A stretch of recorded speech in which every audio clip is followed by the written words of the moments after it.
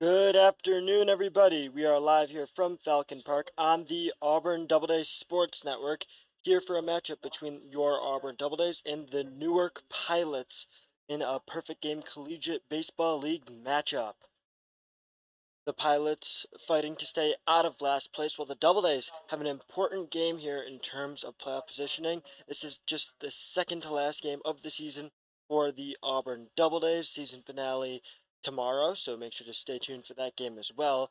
But tonight, a big game against Newark as they struggle to battle for second place with Geneva. We also have Batavia Muck Dogs in first place, a few games ahead of the Doubledays.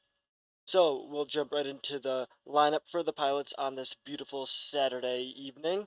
So leading off for Newark, number 8, the extra hitter, Grant Russo. Batting second, number 4, the center fielder, Sam Miller. Batting third, the second baseman, number 16, Sam Besteri. Batting fourth, the left fielder, number 5, Mason Haar. Batting sixth, the first baseman, number 27, Sean McMillan. Batting next, the right fielder, number 33, Grant Hunter.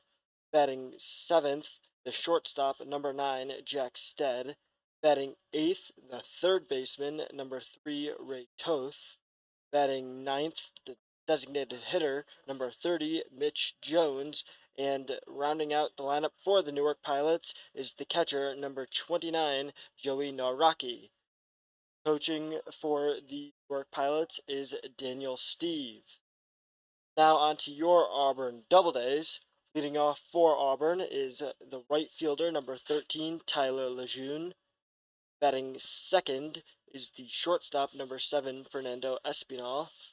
Batting third, the left fielder, number 19, Ryan Grundy. Batting cleanup, the first baseman, number 32, Zach Bale. Batting fifth, the center fielder, Gabe Sanders. Batting sixth, the extra hitter, number 35, Juan Perez. Batting seventh, the designated hitter, number 5, Ethan Fulton. Batting eighth, the third baseman, number 39, Adam Sullivan. Batting ninth, the catcher, number 12, Alfred Hutty. And batting last for the Doubledays, the second baseman, number 1, Alex Sandell. Pitching for the Doubledays is going to be number 37, Owen Burchard, and pitching for the Newark Pilots is number 34, Jack Kegel.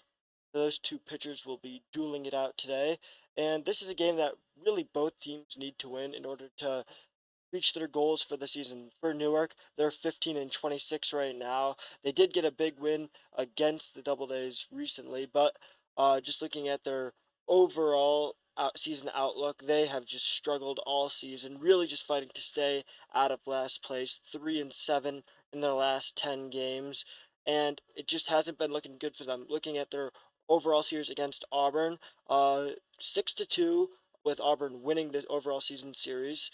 The Newark Pilots have managed to sneak 2 games away from a significantly better Doubledays team this season.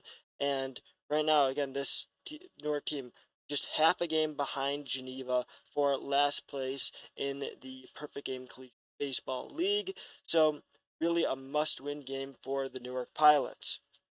On the other side of things, looking at the Doubledays, 23-17-1 on the season. They are 1 game up on Elmira, 8.5 games behind Batavia. So first place in the league, not really too much in question, but they're still have a good chance here at getting second place.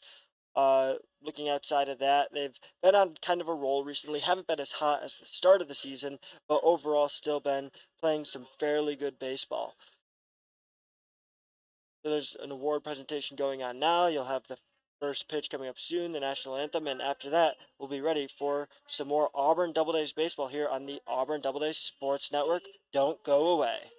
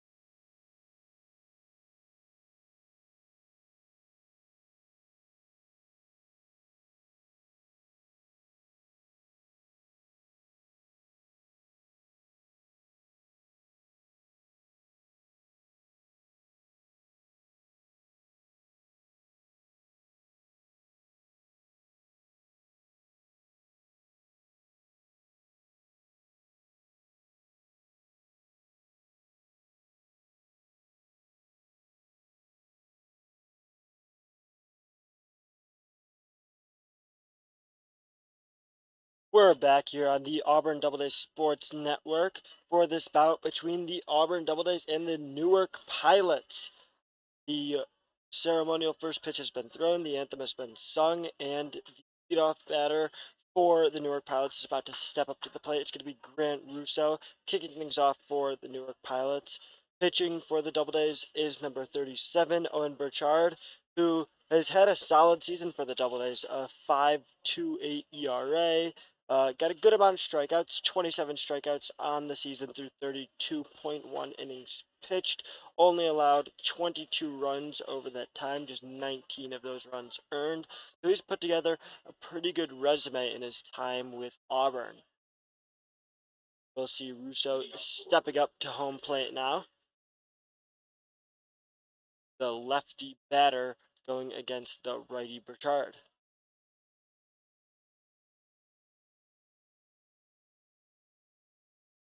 Pitch of the game comes in, and that's going to be a hit directly to Burchard. Goes past him, and Fernando Espinal makes a fantastic play to get Russo out at first base. That's a ground ball on the very first pitch of the game, and Sam Miller now steps up to the plate for the Pilots. Miller, the center fielder, a standout player for the local Fairport squad high school team, headed to Binghamton for his college pursuits. He's batting .323 on the season, as the first pitch is a ball, so 1-0 count. Second pitch of the at-bat comes in, and that will be called a strike. So 1-1 count, 1 out on the scoreboard.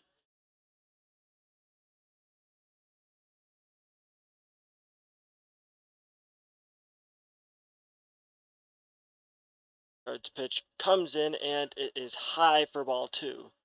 Bit upstairs on that 77-mile-per-hour breaking ball.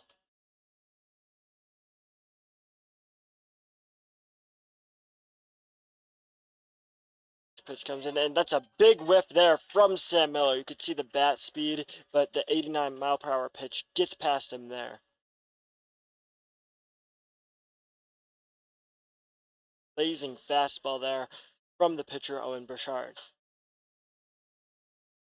And that one will not find the zone, a tad low, and we now have a full count. Second batter of the day, second at-bat of the day. Number 16, Sam Bezterry on deck for the Pilots.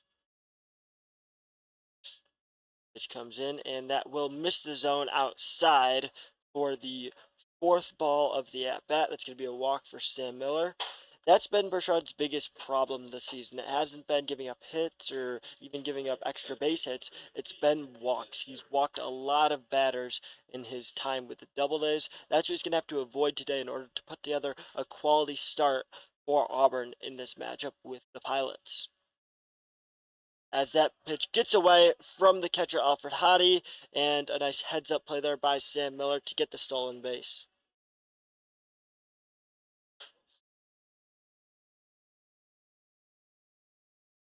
Hottie lost that pitch. It went a little low in the dirt and ultimately just got away from the catcher.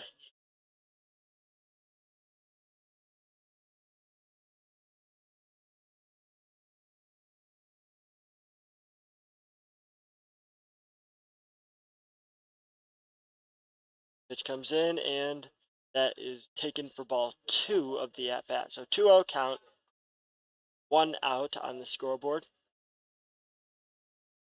Runner on second base. So the Pilots in the first inning already have a runner in scoring position.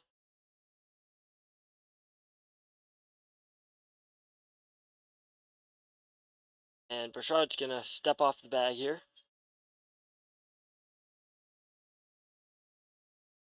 Readying himself for the third pitch of the at-bat.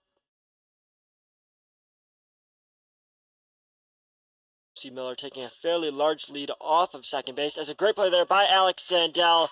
Dives for it to secure the ground ball and gets number 16, Sam Bezterry, out at first base. So that'll be 2 outs now, but Sam Miller does advance to third base for the Pilots. Just 90 feet away from scoring for the Pilots. Now Mason Haar, number 5, steps up to the plate for Newark. The left fielder, a 271 batter on the season. He's in the cleanup spot tonight.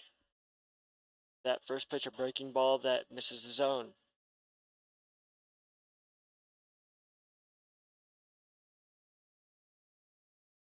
Are stepping back into the batter's box.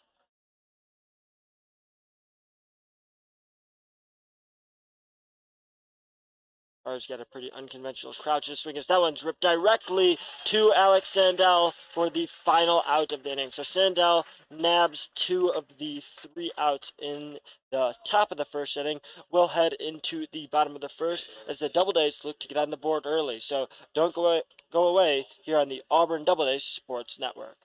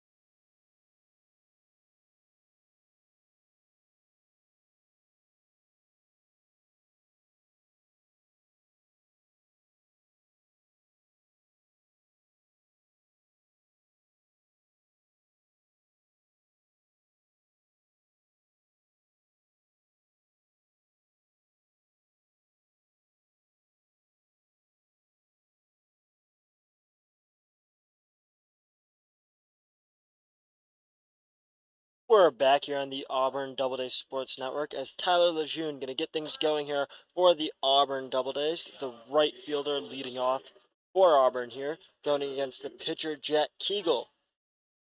Kegel on the season, 12.7 or 11.1 innings pitched, giving up 18 runs in that time for a 12.7 ERA. So Kegel's had a rough going in his time with Newark, and that first pitch kind of indicative of how his tenure has been with Newark. That one gets away from catcher Joey Naraki.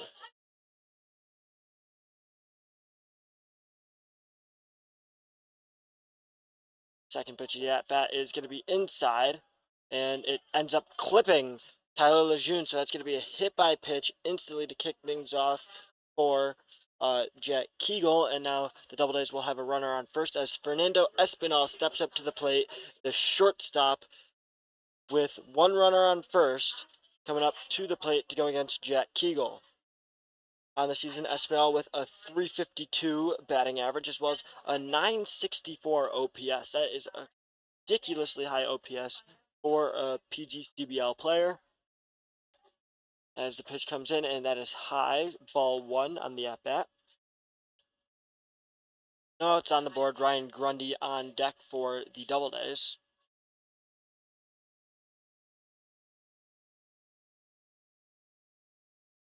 As Kegel short arms it over to first base, does have a slightly better view of the first base potential stealers, being a lefty, southpaw.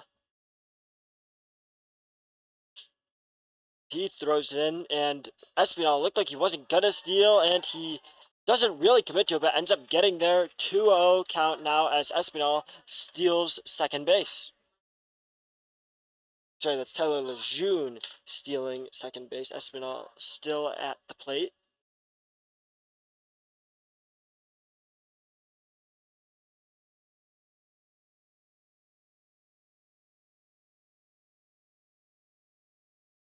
Comes in there, and that's ripped directly to the second baseman, Sam Terry. So that's going to be an easy out against Fernando Espinal. Ground out there, but it does advance Tyler Lejeune over to third base. So 1 out on the board, but Ryan Grundy now steps up to the plate with a runner in scoring position. Now, if Lejeune had not stolen second base prior to that ground out, it likely would have been a double play. So a pretty big turn of events there for the Doubledays. And that one also clips Ryan Grundy. So 2 hit by pitches really early on for pitcher Jack Kegel. Now Zach Bale coming to the plate here for the Doubledays. Runners on the corners, first and third.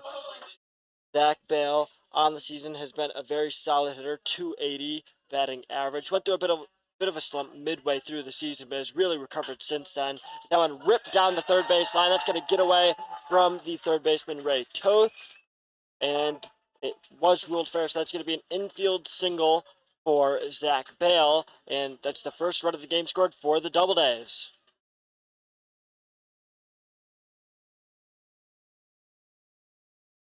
Now Gabe Sanders stepping up to the plate with runners on first and second, looking to extend the Doubledays lead by a little bit more. Sanders on the season, 346 batting average, junior out of Mercy University. As the pitch from Kegel comes in, that's ripped on by Gabe Sanders, but fouled off to the right side. Kegel definitely with one of the lower speeds that the Doubledays are going to see this season. Generally doesn't get much past low 80s even on his fastball. His stuff is really what gets him through most of the games that he pitches well in, although haven't been a ton of those this season. 1-1 count here for Gabe Sanders. Juan Perez on deck for the Doubledays.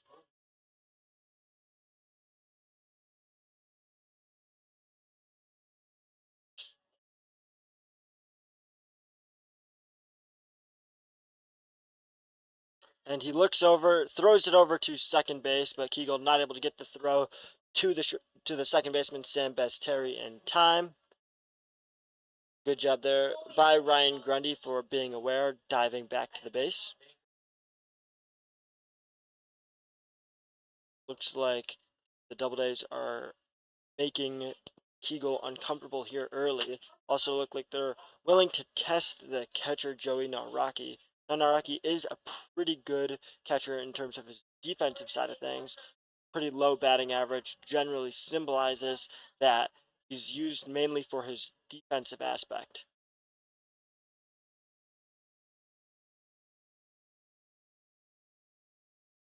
Fourth pitch of the at-bat comes in, and that's going to be a double steal attempt for the Doubledays.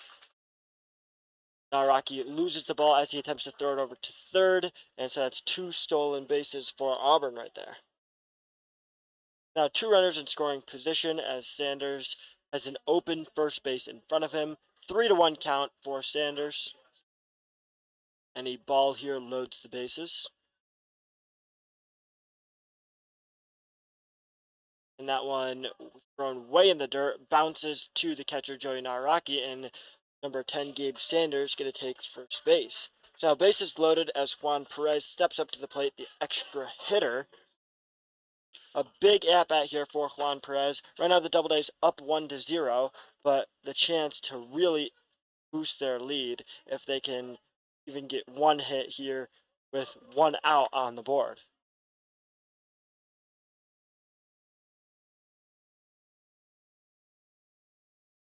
as that one ripped towards the third baseman and is foul ball just outside the third base line. Could have potentially been a double play. Definitely would have gotten number 19 Ryan Grundy out at home if it was ruled fair, but unfortunately for the Pilots, just barely foul. Juan Perez on the season, a 243 batter with a 674 OPS. A sophomore out of Cayuga Community College. Is that one way low and way inside?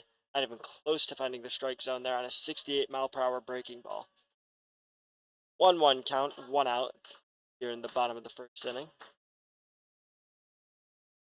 The fans starting to get loud here for the Doubledays.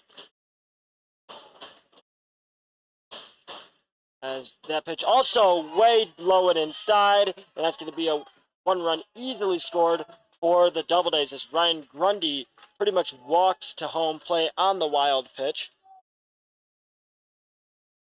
And that is going to be now 2-0 for the Doubledays as they score 2 runs pretty much uncontested here in the first inning. That leaves first base open for Juan Perez, so puts less pressure here on Jack Hegel if he was to get a walk here. Ethan Fulton on deck for the Doubledays. As that pitch is high, so now 3 balls. And Kegel really struggling to find the strike zone through the first inning.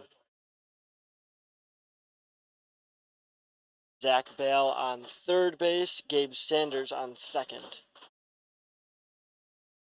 As that pitch looked like it would have been outside, but Perez swings at it and fouls it off behind him. So full count to the sophomore Juan Perez.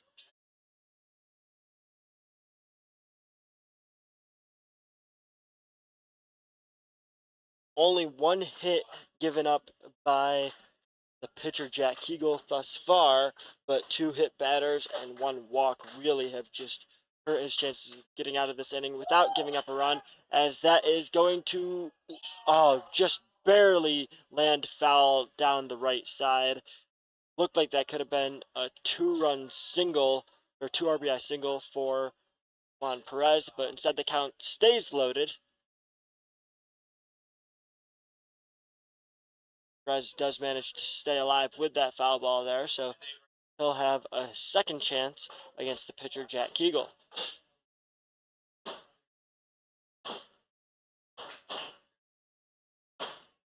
Doubledays fan stomping so hard you can see the camera shake a little bit.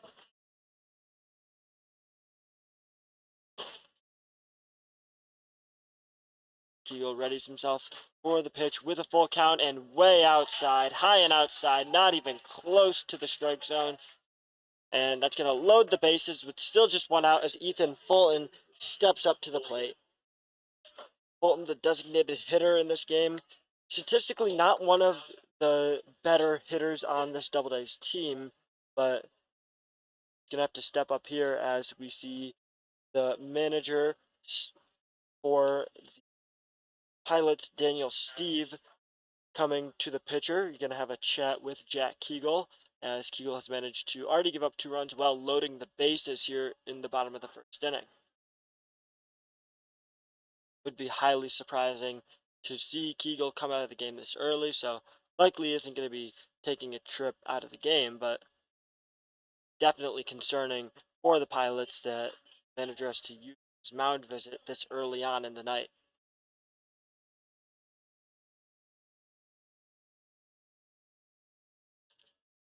So now the lefty Ethan Fulton facing off against the southpaw Jack Kegel.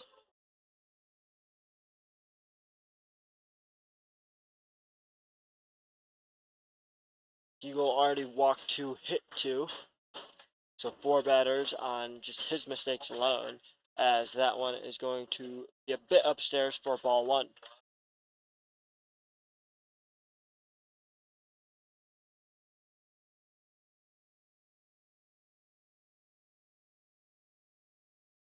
And that pitch low and in the dirt for ball 2.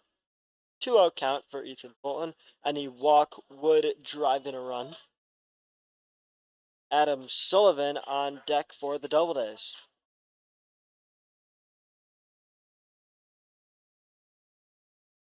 Kegel could really use a strike here, even just forcing batters to put it in play like that as Fulton grounds it out directly to the pitcher, Jack Kegel. Kegel tosses it over to Sean McMillan, the first baseman, for the second out of the inning. But that will, however, score a run for Auburn. So Auburn takes a 3-0 lead.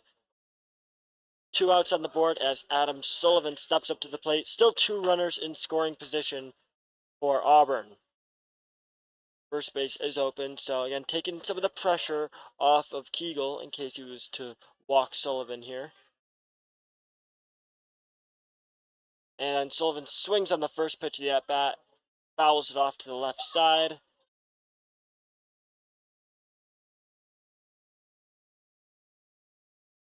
So Kegel finally starting to realize that he puts pitches in play, his defense might be able to actually step up and get him out of the pickle that he's put himself in. And that one also swung on and cracked into left field grandstand.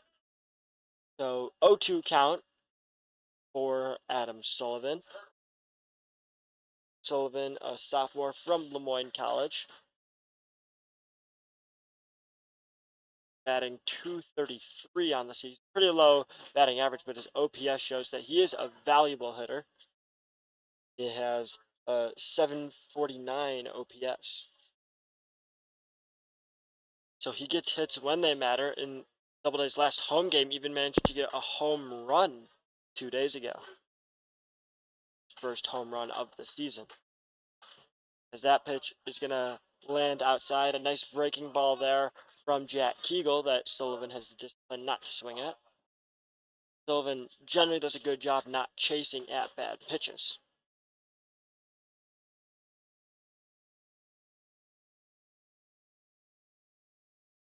As that pitch goes directly into the middle of the strike zone, and Sullivan fouls it off to the right side. Sullivan now talking to Alfred Hottie. Looks like he's going to need a new bat real quick.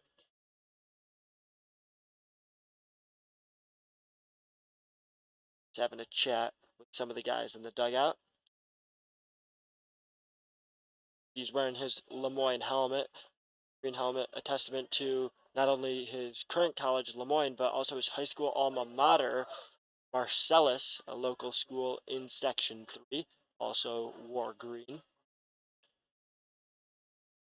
So the red jerseys that Auburn's wearing, a bit of a switch up for the Marcellus and Lemoyne natives.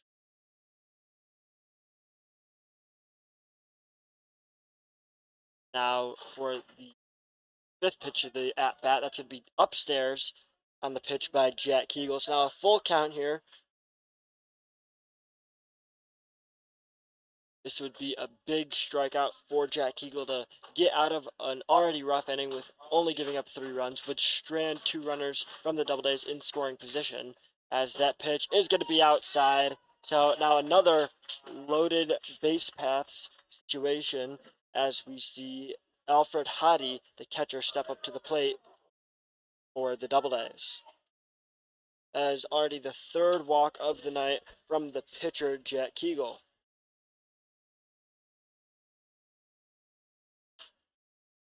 Hottie, not exactly a prolific hitter on the season, batting .138, also from Mercy University. Him and Gabe Sanders, both Mercy University representatives.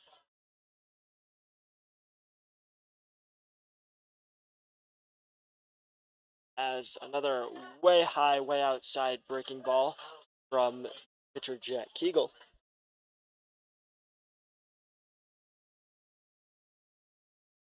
Kegel only given up 1 hit in the first inning, but the 3 runs scored by the Doubledays really just are a testament to how rough of a start this has been for Kegel. That pitch easily misses the zone. 3-0 count, and 1 more ball in this at bat, and that's going to be another run scored for the Doubledays.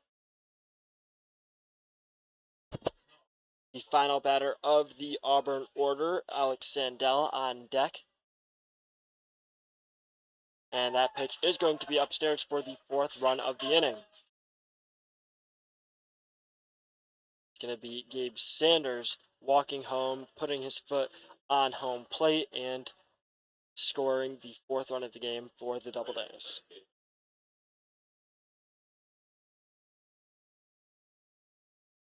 So Auburn was looking for a quick start, and they definitely got that. They'll have gone through their entire batting order in the 1st inning alone.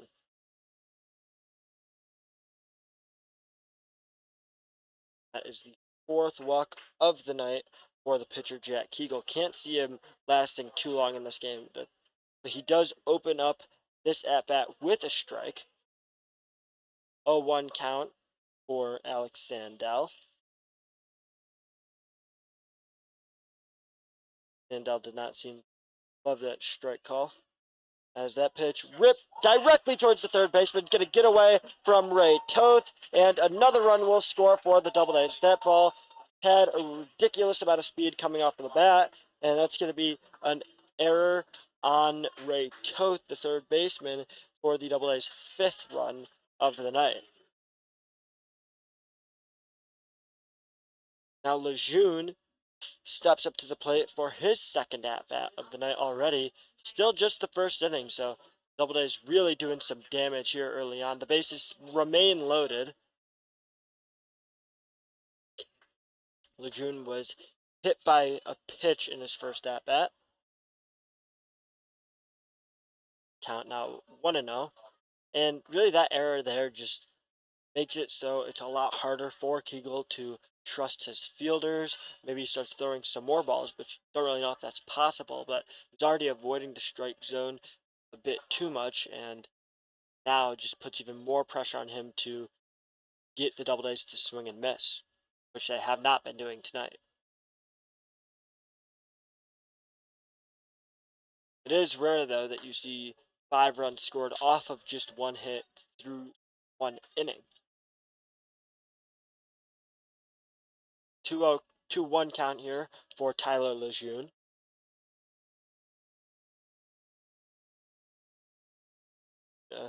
13 batter out of Northwest Florida State. That's now a 3-1 count. Also has an 864 OPS.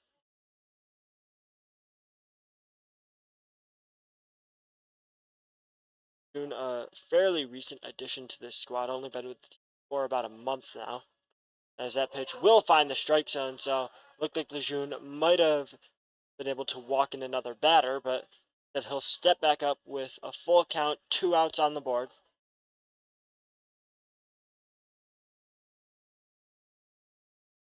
Lejeune with the chance to extend the Doubledays lead even more, rips that one directly towards the Newark bullpen on the right side. Count remains loaded as we prepare for the 7th pitch of the at-bat. Kegel's pitch count already a little high here. That's something that's going to happen when you let an entire batting order go through once over in the 1st inning, and in addition to that, walking 4 batters through it, as that will be a walk. So Tyler Lejeune takes his base. He has gotten hit by a pitch and walked through his first 2 at-bats, and now we're going to see the catcher, Joey Naaraki, go have a chat with Kegel as Fernando Espinal steps up to the plate. Doubledays up 6-0 on Newark through the 1st inning. It's polar opposite starts for these two teams. Newark wasn't able to get anything going offensively at the top of the 1st, and defensively, obviously, it's been just a horrible showing from Auburn, from Newark, both on a pitching perspective, a fielding perspective. Pretty much nothing has gone right for the Pilots. Fernando Espinal grounded out in his 1st at-bat, which did end up advancing Lejeune to 3rd for the eventual 1st run of the night for the Doubledays. So Espinal got the 1st out of the. Will he get the 3rd and final out as well? As that pitch comes down the middle, a nice fastball there from the pitcher, Jack Kegel, to get Espinal miss on that swing. 1-1 count.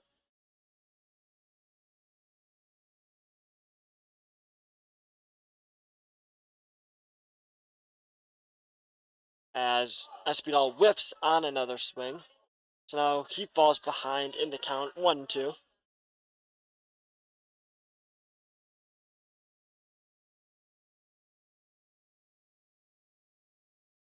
We're approaching a 20-minute half inning from the Doubledays in this one. As the pitch from Pico comes in, ripped towards the third baseman, gets away from Ray Toth. He's had a rough inning, as that looks like it's going to be a 2 RBI single from Fernando Espinal. Now the Doubledays make it an 8-0 game. The 2 RBI double there from Fernando Espinal, and this is just really turning into a crapshoot for the Newark Pilots.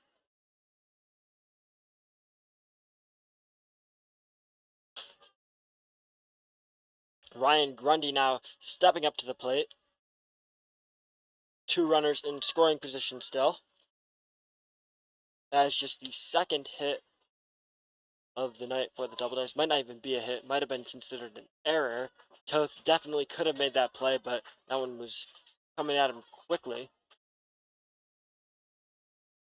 That's going to be a strike there, thrown by Jack Hegel, who's looking to escape this inning with only giving up 8 runs, only being slightly sarcastic there because Newark is in rough shape after just 1 inning. As that pitch will also find the strike zone, so 0-2 count for Ryan Grundy. Grundy also got hit by pitch in his first at-bat, scored the second run of the night.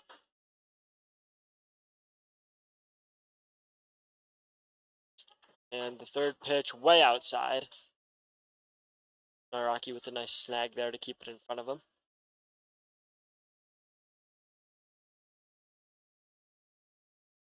Zach Bale on deck for the Doubledays. He had the Doubledays' first hit of the night with a single, also in the first inning. As that pitch is too low to find the strike zone, so now Trip Deuce is on the board, 2-2 count with 2 outs.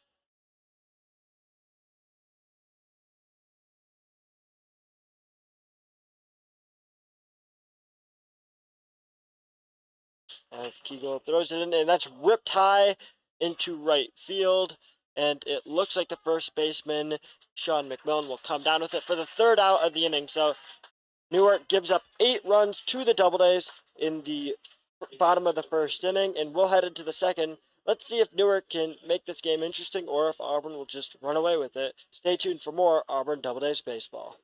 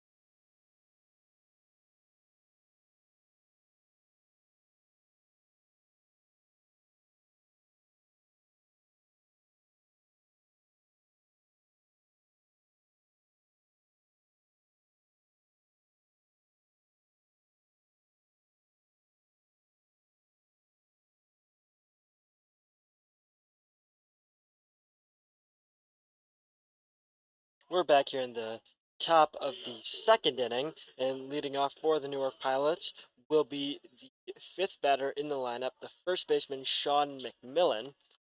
McMillan got the final out in the bottom of the first. We'll see if he can do some damage here in the top of the second at the plate, as that opening pitch of the inning is able to strike. So McMillan falls behind early, 0-1 count. Richard with 1 walk and 3 overall outs in the first inning. Only saw 4 batters. Did not record any strikeouts in the first. Somewhat surprising turn of events for a pitcher who is known for being able to get a lot of strikeouts, as that's going to be a fly out directly into the glove of Gabe Sanders in center field. So McMillan retired in 2 pitches. Now that's going to be Grant Hunter stepping up to the plate. The right fielder, a .261 batter on the season.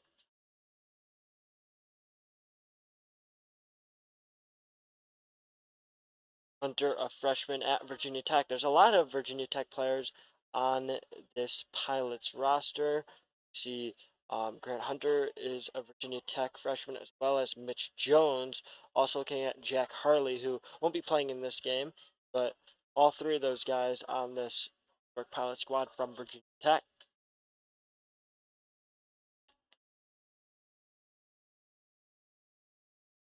So 0-2 count for Grant Hunter. Guard looking for his first strikeout of the night, and not able to get it on that pitch, as that one is upstairs for ball 1 of the at-bat.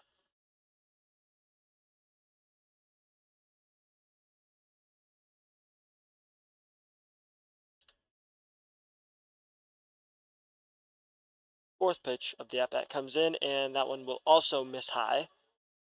2-2 count, evens up.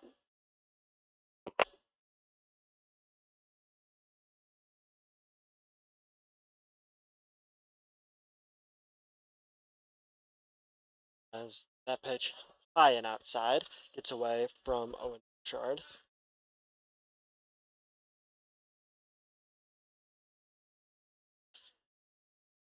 Burchard on the season, 27 strikeouts compared to 35 walks. So again, high strikeout total, but also a high walk total, as that one is going to miss way high. Hadi not able to get his glove on that one, and it's going to kick off the backstop. So that's the second walk of the night for Owen Burchard. And now Jack Stead, the shortstop, going to step up to the plate, a .238 batter on the season.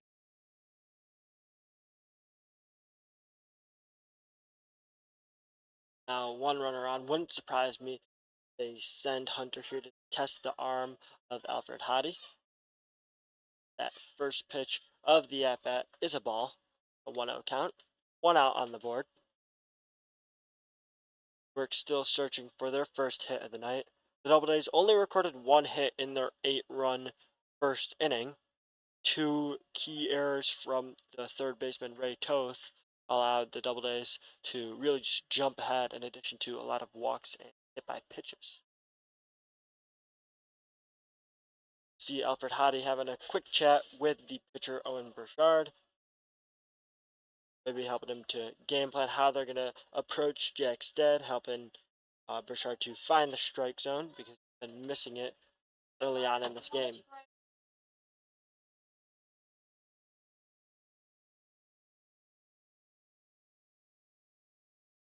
As that pitch comes in, and that's going to be a bit low there. 3-0 count.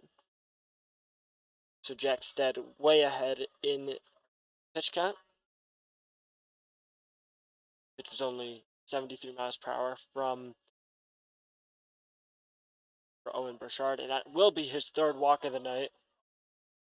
4 consecutive walks there from Owen Burchard, and now Jack Stead will take his base, putting runners on first and second. Now Ray Toth steps up to the plate, the third baseman who was responsible for several key errors in the first inning, has a chance to redeem himself here in the top of the second.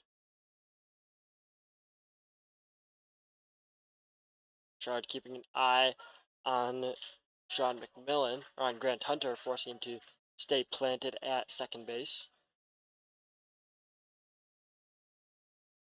Surprising if Alex Sandell runs over, try to nab Hunter. He's off base a little bit.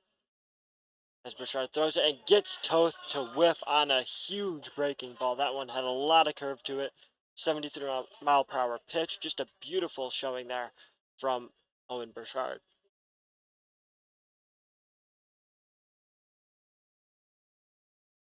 0-2 count. Ray Toth.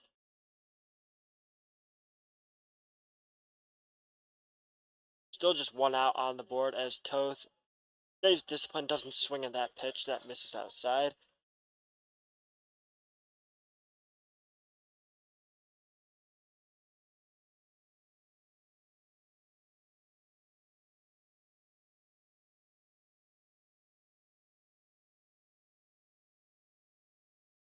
One to 2 count. Hunter jumping around over there on second base, and that one ripped deep into left field. That one could be gone, and it will bounce off the wall. Bounces away from Ryan Grundy, so that will score a run, and that's going to be a 1 RBI double for Ray Toth. Now Mitch Jones steps up to the plate with 2 runners in scoring position.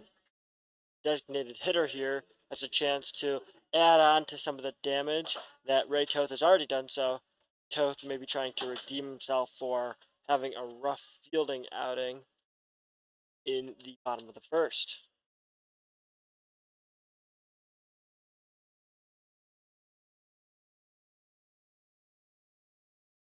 So with just 1 out on the board, wouldn't be surprised to see Jones lay down a bunt here.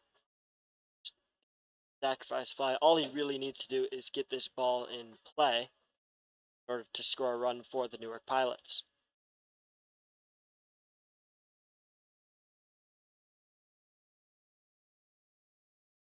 Doubledays still holding on to a 7-run lead despite that 1 run being given up.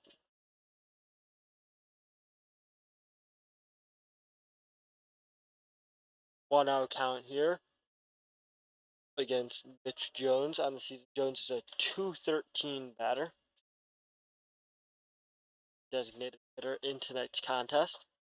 That pitch will not be swung on. That's going to be taken for strike 1. So 1-1 count, evened up.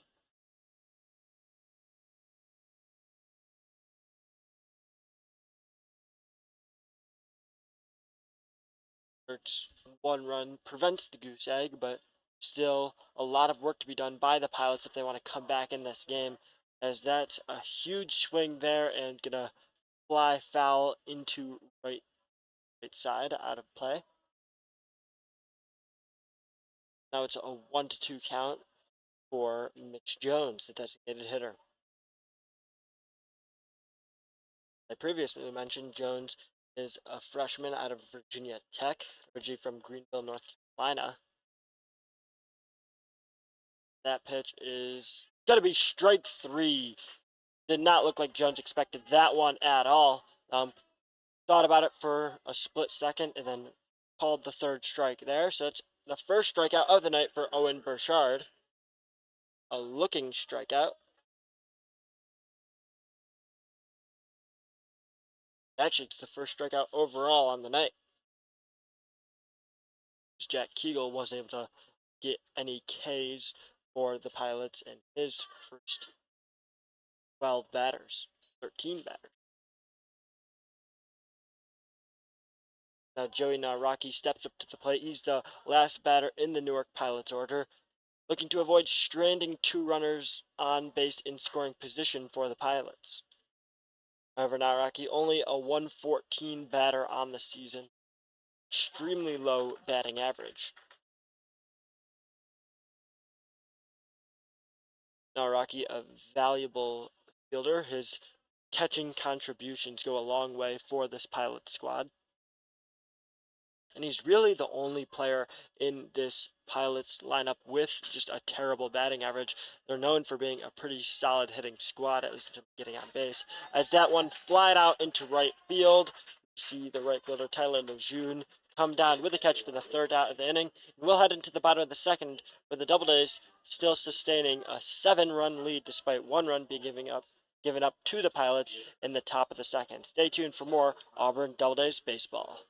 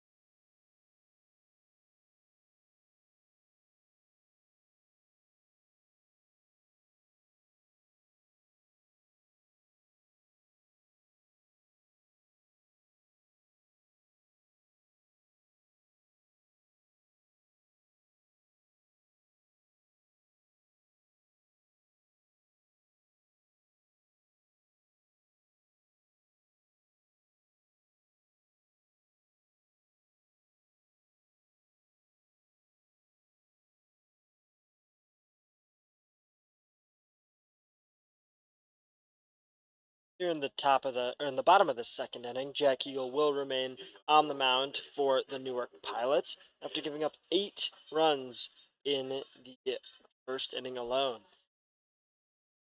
See Zach Bale stepping up to the plate. He singled in his first at bat, RBI single. He also stole one base and had a wild pitch, so he advanced to third off of some nice base running skills of his own. That pitch going to be called inside for ball 2 of the at-bat, so 2-0 count early on for Zach Bale. Newark chipped away a little bit at the Doubledays lead in the top of the second with 1 run to counteract the 8 runs that Auburn scored in the bottom of the first. This is now a 2-1 count.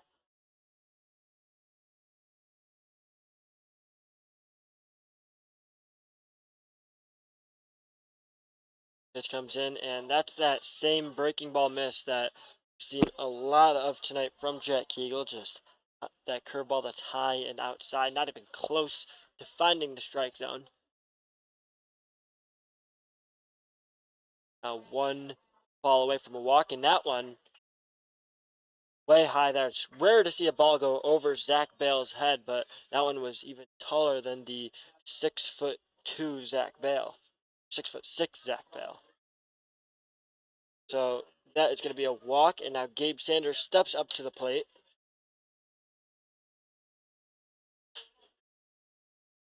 Sanders walked in his first at bat.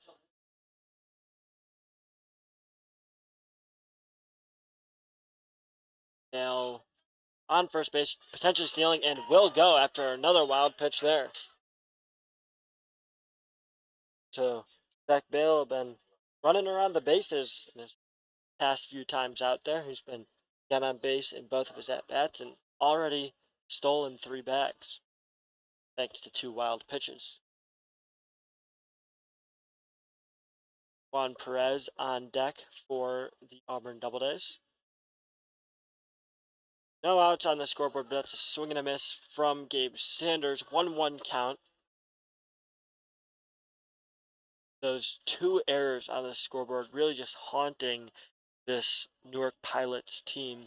They're even in the hits column, 1-1 for each team, but there's a reason that there's a 7-run difference on the scoreboard. 2-1 count. That pitch is low for ball 2.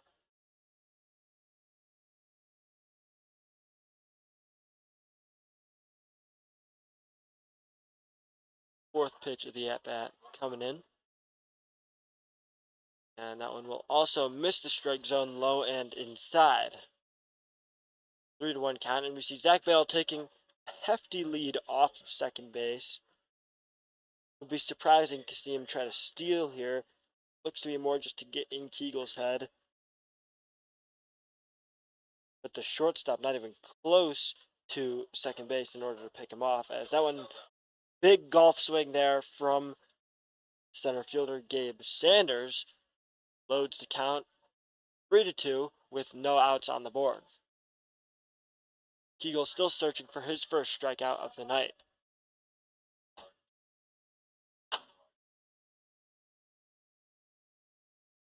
That pitch way high, and Sanders is going to take his base. That's his second walk of the night. So after walking 5 batters in the first inning, Keagle has already walked 2 more. So that's now 7 total walks for Jack Keagle.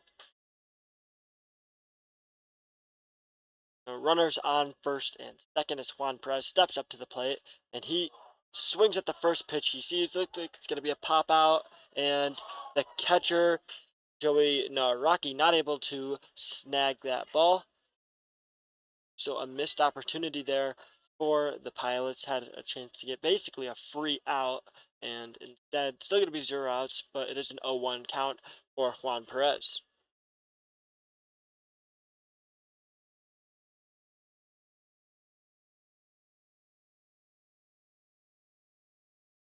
Perez, a 243 batting average batter with a 674 OPS.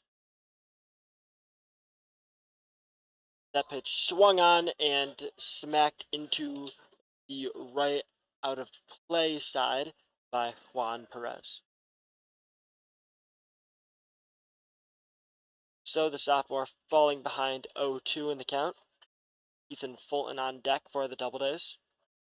Still no outs on the board, so this would be a massive strikeout for Jack Hegel, and if he could get Juan Perez to swing and miss. Hasn't been able to get a lot of that done today, as that one, that high and outside curveball miss that we've seen a lot of today from Kegel. Now it's a 1-2 count.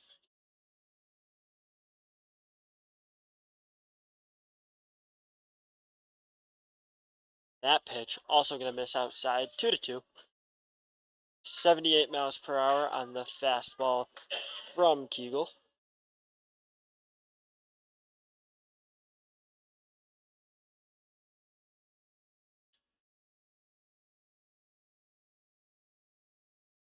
And that one is going to be a single that's ripped into left field by Juan Perez.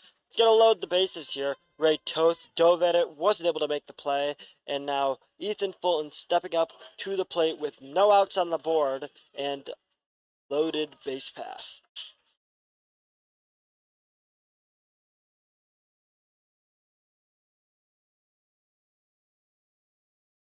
Just nothing but struggles from the pitcher, Jack Kegel, a freshman out of Monroe Community College, originally from Pittsford, New York, so fairly local, but he has just been all over the place here through these first 2 innings.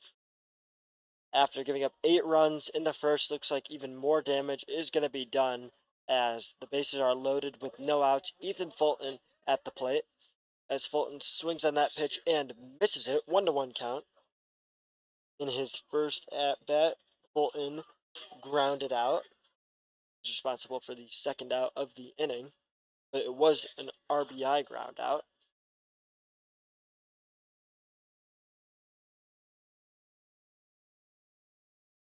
Pitch comes in, will just barely miss the strike zone. A beautiful pitch there by Kegel that most batters would swing at, but Fulton stays disciplined, decides not to chase.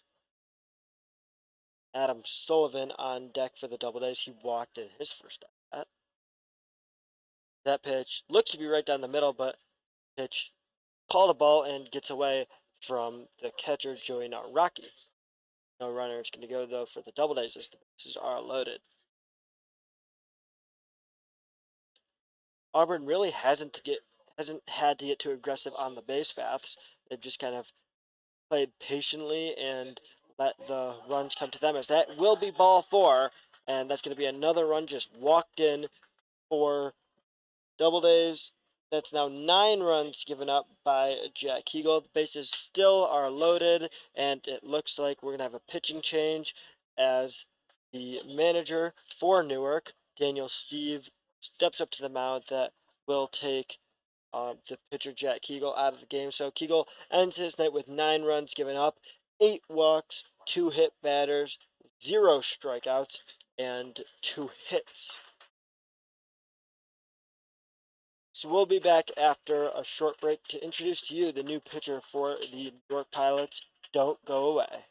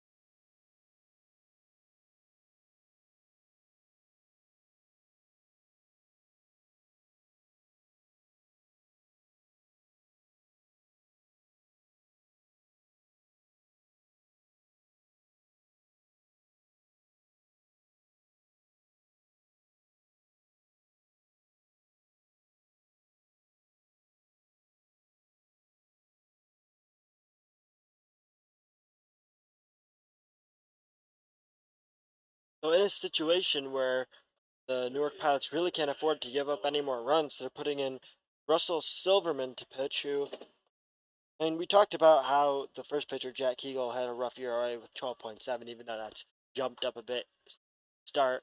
Well, Silverman had a 40.5 ERA heading into tonight, so we'll see if he can improve upon that ERA as he goes against Adam Sullivan. Throws a ball in his first pitch of the night. That's a 1-0 count for Sullivan, who also takes that one high. 2-0 count.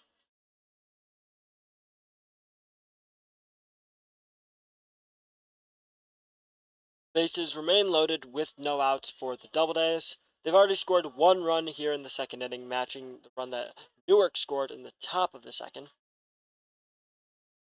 8-run lead for the Doubledays as that pitch swung on by Sullivan, and that's going to be hit towards the right fielder, Grant Hunter, for an RBI single, and that will score the second run of the inning for the Doubledays, the 10th run overall for Auburn, and they take a 9-run lead over the Newark Pilots.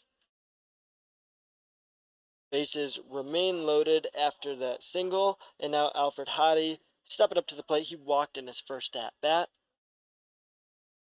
Swings at that one, rips it into right field, to the right field foul side.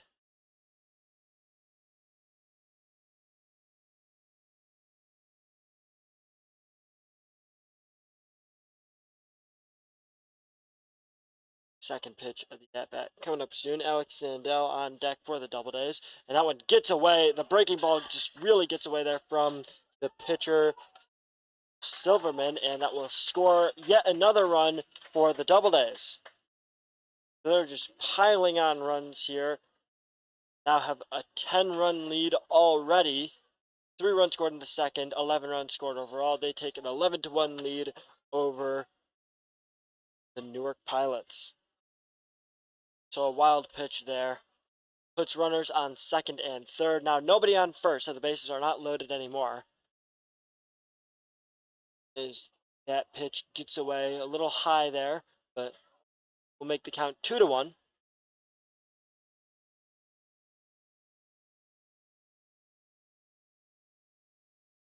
And Alfred Hottie walked in his first at bat, so he's still looking for his first hit of the night. Now a 2-2 count. So far, the Doubledays dominating in fairly every aspect of the game.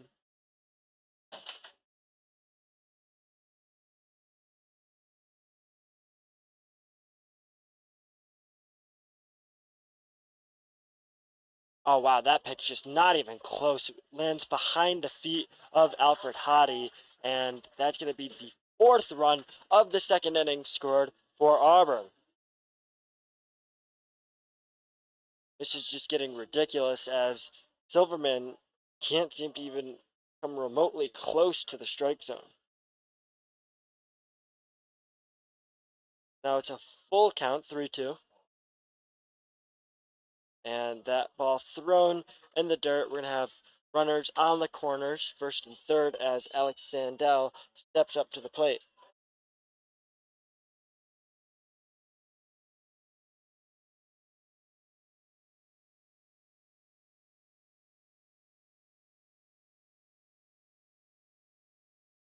So just a really rough start for all of the pitchers on Newark as it gets even worse. Hits Alex Sandell in the rear, and he'll jog awkwardly on over to first base as the bases are yet again loaded, and Joey Naraki gonna have a conversation with Russell Silverman.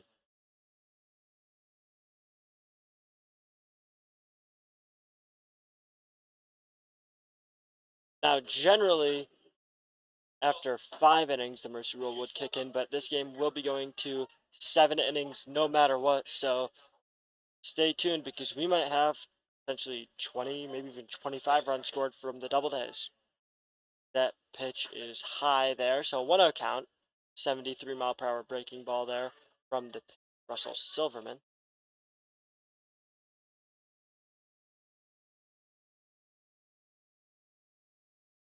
Silverman, a sophomore out of Emerson College.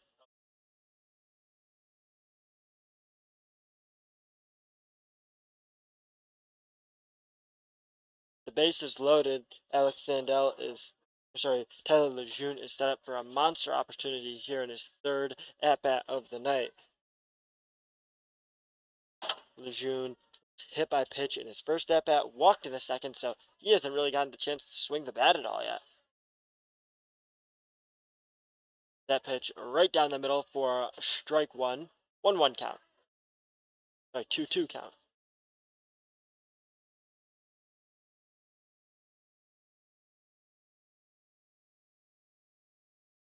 Silverman winds up, and that's not going to be swung on. Comes inside. Full count for the leadoff batter, Tyler Lejeune. Fernando Espinal, the best hitter in the Doubledays lineup, on deck. Still no outs here for Auburn. That one will miss outside yet again, so that's going to walk in a run. And now with Adam Sullivan touching home plate there, that's the 5th run scored of the second inning alone. 13 runs total for Auburn. And the best batter in the Auburn Doubledays lineup, Fernando Espinal, stepping up to the plate. Espinal, just a very smooth player. He plays baseball the way Kevin Durant plays basketball. Just a very smooth, athletic player who also has a good knowledge of the game, puts the ball in the place where it needs to be, and is a very consistent hitter, as shown by his ridiculously high batting average, 352 on the season. Espinal is also feared on the base paths. He has 18 stolen bases this season, which is ridiculously high. Not as high as Gavin Grapuso, his teammate, who is notorious for getting steals, leads the PGCBL in it, but outside of that, he's definitely the second best base runner on the squad, as that pitch nearly gets away from Joey Nawrocki, the catcher. A great play by Nawrocki to prevent yet another run from walking in for free. Still 0 outs in the second inning, as Doubledays already put up 5 runs so far, so that first inning was high scoring. This one might even outpace the first. It's now a 3-1 count. One more ball here will walk in yet another run.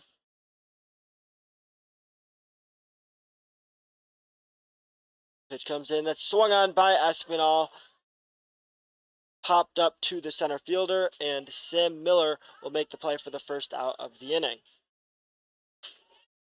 Espinal now 1 for 3 on the night. He had a double in his second at bat, but has grounded out and flied out in his other 2. So now Ryan Grundy steps up to the plate. He is 0 for 1 on the night with a pop out to end the first inning. Sorry, he also got hit by pitch in the first inning.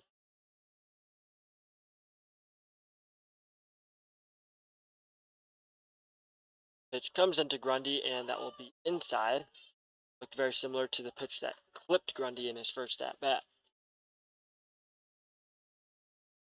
1 out count with the bases loaded, still just 1 out on the board. Zach Bale on deck for Auburn. And that one flies over the head of Grundy, and that's going to be an easy run across first base for number 12, Alfred Hottie, to score the Doubledays' 14th run of the night. So still 2 runners in scoring position, but the bases are no longer loaded. 2 out count here for Ryan Grundy.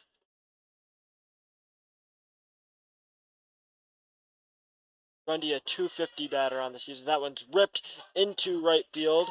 Hunter comes down with that catch, but that's going to be a sacrifice fly for the freshman Ryan Grundy to get another run across. 15 runs scored from the Doubledays through 2 innings. The 7th run scored of the second inning, and we'll see Zach Bale step up to the plate.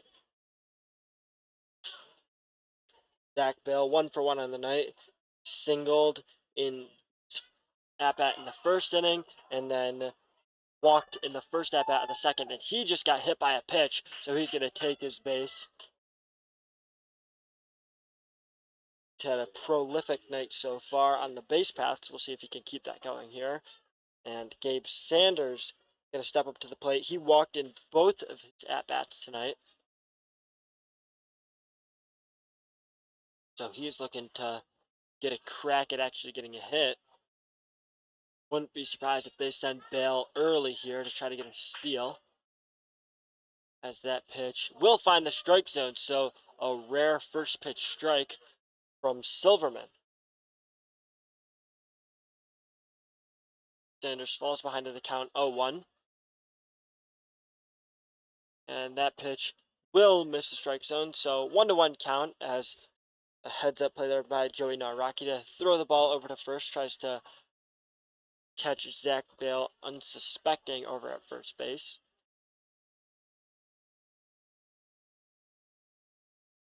Pitch from Russell Silverman comes in, and Bale swings at it, chops it over to the first baseman, Sean McMillan, and McMillan throws it to the shortstop, Jack Stead, for the final out of the second inning. So Doubledays weren't quite able to match their first inning total, but still take a 14-run lead heading into the third inning. Stay tuned for more Auburn Doubledays baseball.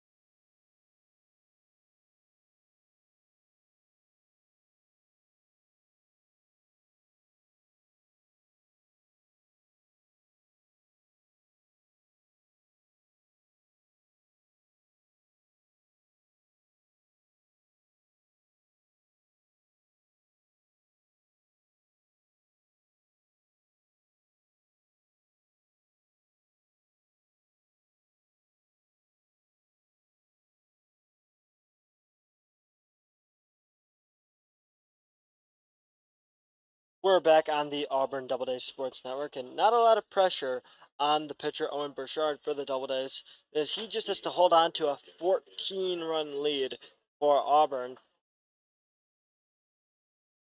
Leading off for the Pilots is their leadoff hitter Grant Russo.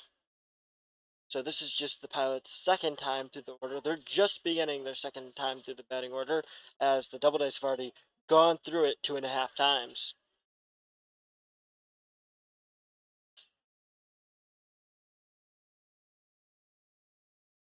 First thrown pitch is a ball from the pitcher Owen Burchard. Second pitch is a nice throw right down the middle, 79 miles per hour for strike there. A changeup thrown by Owen Burchard. Third pitch high, a little upstairs, 2-1 count.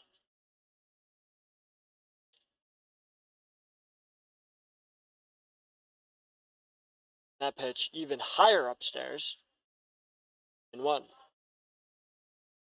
Grant Russo on the season, 329 batting average, so obviously a prolific hitter, but dangerous on the base pass as well.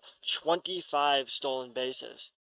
And he'll get a free run over there, as that one will be the 4th ball of the at-bat. So he walks on over to first base after grounding out in the first inning. As Sam Miller steps up to the plate, he walked in the first. Miller arguably the best hitter on this Newark Pilots squad. Only a 323 batting average, I say only, but that's not necessarily one of the top batting averages, not top three, but Miller is a dangerous hitter, has a lot of extra base hits on the season. That pitch from Burchard got way up high, allowed Grant Russo to take second base, and now we're going to see Alfred Hottie have a quick conversation with Burchard, help him get focused as they take on the freshman Sam Miller.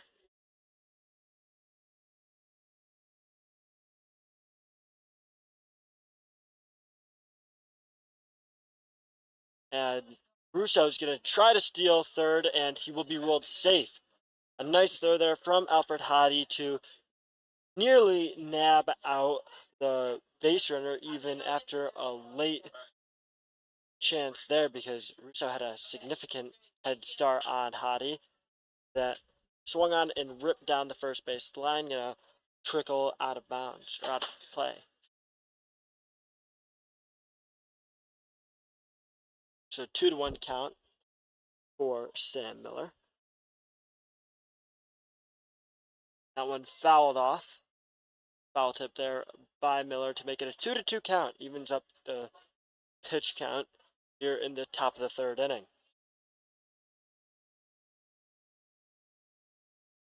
We talk about Miller as a hitter, but his fielding has also been pretty excellent. He's a very solid center fielder with a strong enough arm to really impress scouts, and it shows up on the field. He's good at nabbing runners at home on the deep throws from center field. As that pitch will also be too low with the full count, so we're going to see runners on the corners now with Miller on first and Russo on third.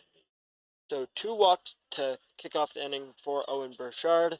And now Sam Terry, the third batter in the Pilots lineup, steps up to the plate. He grounded out in his first at bat. Terry with a 255 batting average for the Pilots. That first pitch will be ruled a strike, so 0-1 count. Terry falls behind early. That pitch way outside will likely score a run, and it will, in fact, allow Grant Russo to cross home plate. So that's the second run of the night for the Newark Pilots. That pitch gets away from Owen Burchard there and sneaks past the catcher Alfred Hottie. Sam Miller also advancing to second base after that wild pitch.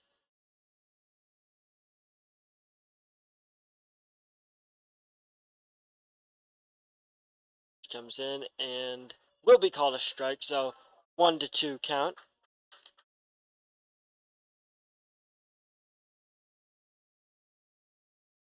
Burchard looking for his first out of the inning. He has 1 strikeout on the night.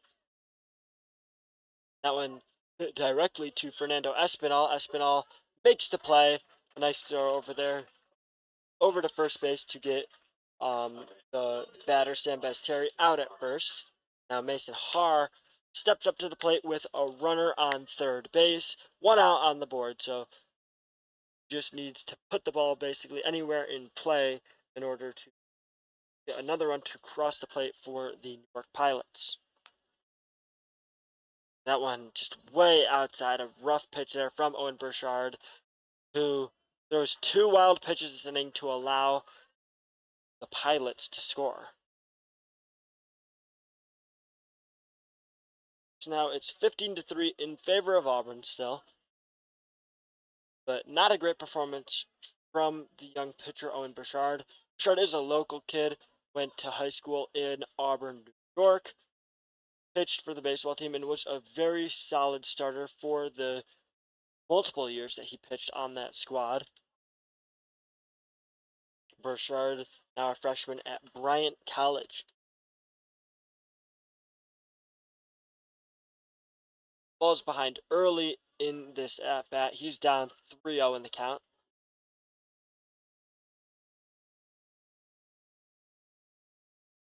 That pitch will be called for strike 1. So it bounces off of the glove of Alfred Hottie. So it's a 3-1 count here. Mason Haar battling with Burchard as he dribbles it down the third base line. It will stay fair. Comes to a stop still in the green. So that's going to be an infield single for Mason Haar. Just the second hit of the night for the Newark Pilots. Now Sean McMillan steps up to the plate with his 293 batting average. He flied out in the top of the second inning. A runner on first base, 2 runs already scored in the third, 3 runs total for Newark. Yet they're still behind by 12 runs total to the Doubledays.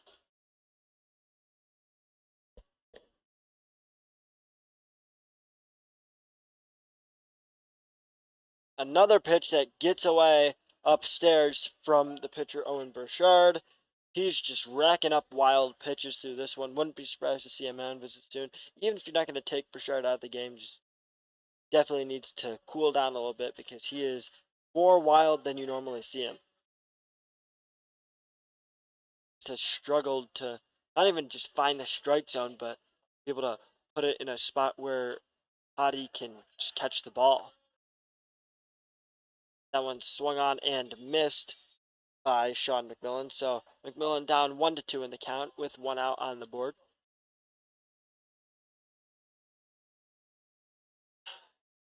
And that one ripped deep into center field, and the center fielder Gabe Sanders able to come underneath that. It will advance Mason Haar to third base, but that's McMillan's second flyout of the game. He got some good contact on that swing, was able to get it far enough. And now we'll see Grant Hunter step up to the plate. He walked in his first at bat, and he has a runner in scoring position on third base. 2 outs on the board. So he'll need a hit in order to get Mason Haar home. That one fouled off behind him.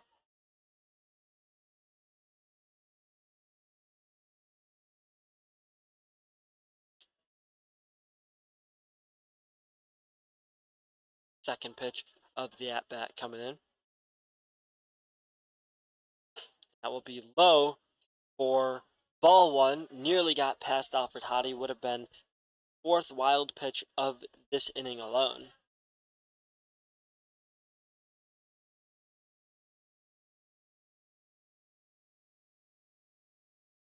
And that pitch is also fouled off behind number 33, Grant Hunter.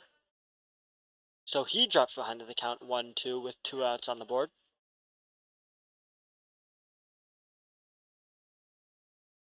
Shard still with just 1 strikeout on the night, searching for his second. And that one is crushed deep into left field, will land in play. It looks like it's going to be a stand-up double for Grant Hunter, scoring yet another run for the visiting Newark Pilots, who bring their deficit down to 11 runs. So Hunter now 1 for 1 on the night with a walk. Now Jack Stead steps up to the plate with a runner on second base, 2 outs. These two squads tied in the hits column, 3 hits apiece, but the big difference has been the walks and the errors have really just allowed things to spiral out of control for the Pilots.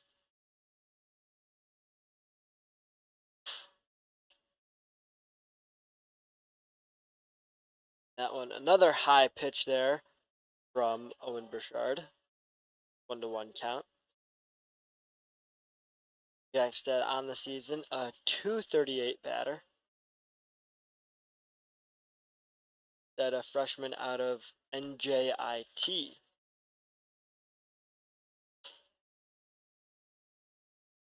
That is New Jersey Institute of Technology.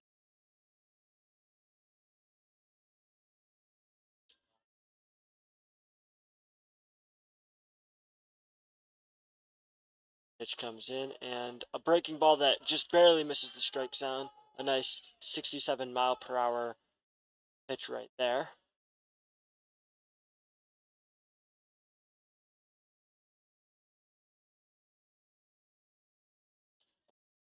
Dad thinks about swinging at that one, but holds himself up, and the count is now a full count, 3-2.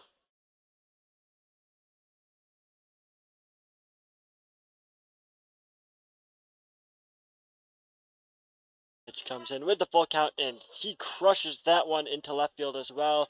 Pretty much an identical swing, and that one will be secured by the left fielder, Ryan Grundy, thrown in, and that's another stand-up double, back-to-back stand-up doubles for the Newark Pilots. Now Ray Toth steps up to the plate, who he had a double in his first at-bat. And it's now just a 10-run lead for the Doubledays. Newark has scored 4 runs already in this third inning. If Toth can get his second hit of the night, he's 1 for 1 so far. Toth with just a .219 batting average.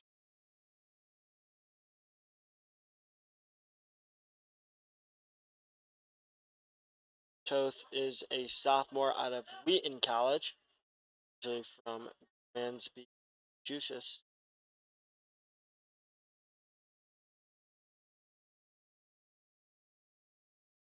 Comes in and swung on and missed by Ray Toth. A big hack at it there, but not able to make any contact.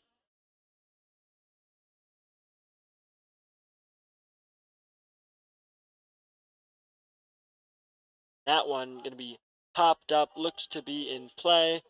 Can Sullivan come down with it? And he does.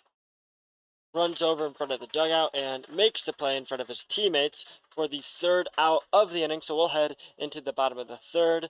Newark has considerably closed the gap here, but still a 10-run lead for the Auburn Doubledays. Stay tuned for more baseball out of Falcon Park.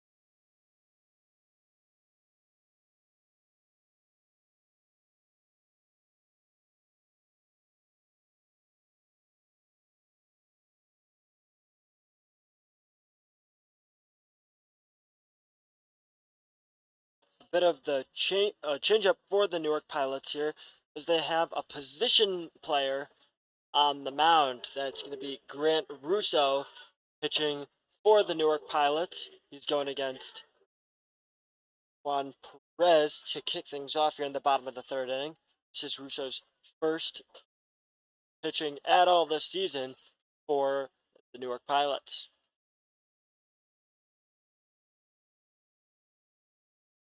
As the first 2 pitches are both taken for balls. That second pitch nearly clipped Juan Perez in the legs, forced him to jump back at it a little bit.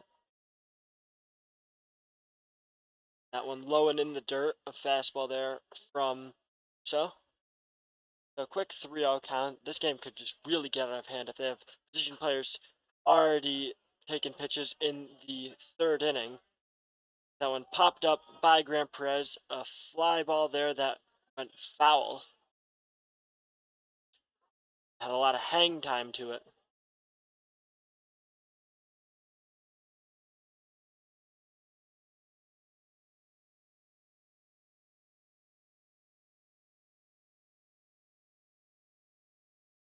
as that pitch will be high for ball 4.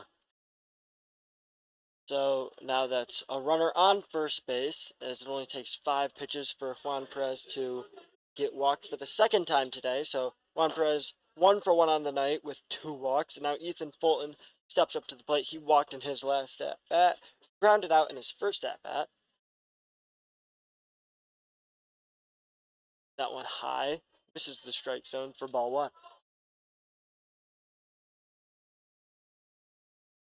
Doubledays still with a 10-run lead, 15-5 over Pilots. That pitch misses the strike zone. 68 miles per hour there from Ethan Fulton.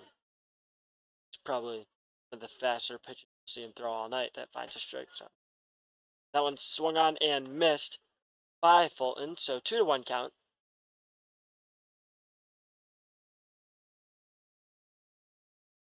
And another swing and a miss by Ethan Fulton. You see, so really turn on the Jets with those last 2 pitches, both mid to high 70s fastballs.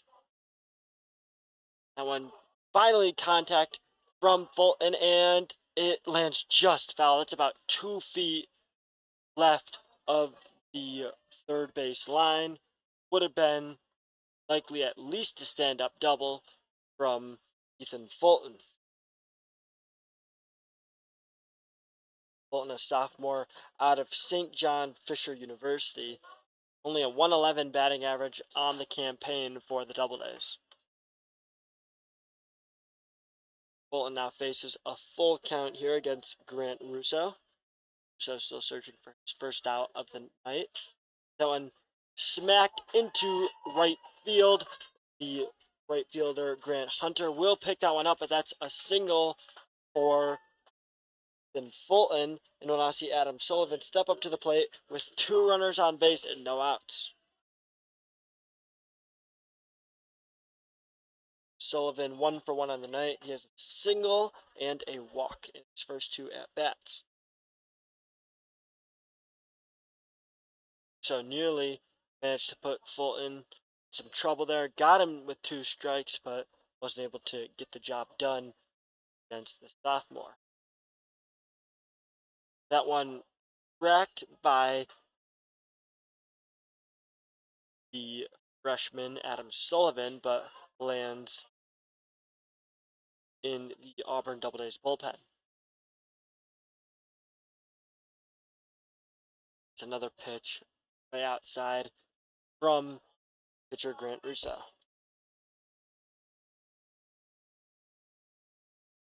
So it took just 2 innings for Jack Kegel and Russell Silverman to be retired, the first 2 pitchers for the Newark Pilots, and now we'll likely see a coterie of work position players stepping up to the pitcher's mound, as that one popped up and will land on the ground for a single. So that will load the bases off of the base hit from Adam Sullivan. And now Alfred Hottie steps up to the plate. He walked in each of his first 2 at-bats, and he'll have a chance to do some damage with 3 runners on base and no outs.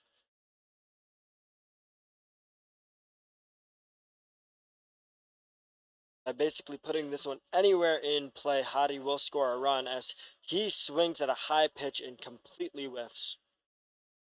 One thing about putting position players on the mound is that they pitch so slow that if the Doubledays have been facing just pitchers throwing mid-80s all game, that they're going to be a bit caught off guard by the slow pitches that the position players throw. That pitch is going to outside and a little high as well. So 1-2 count for the catcher Alfred Hottie. That one also a bit too high above the strike zone. 2-2 count.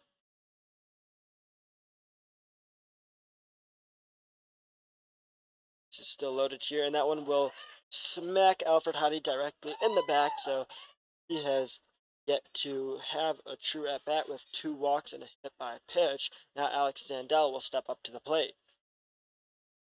That will score a run for the Auburn Doubledays. Now it is 16-5 game.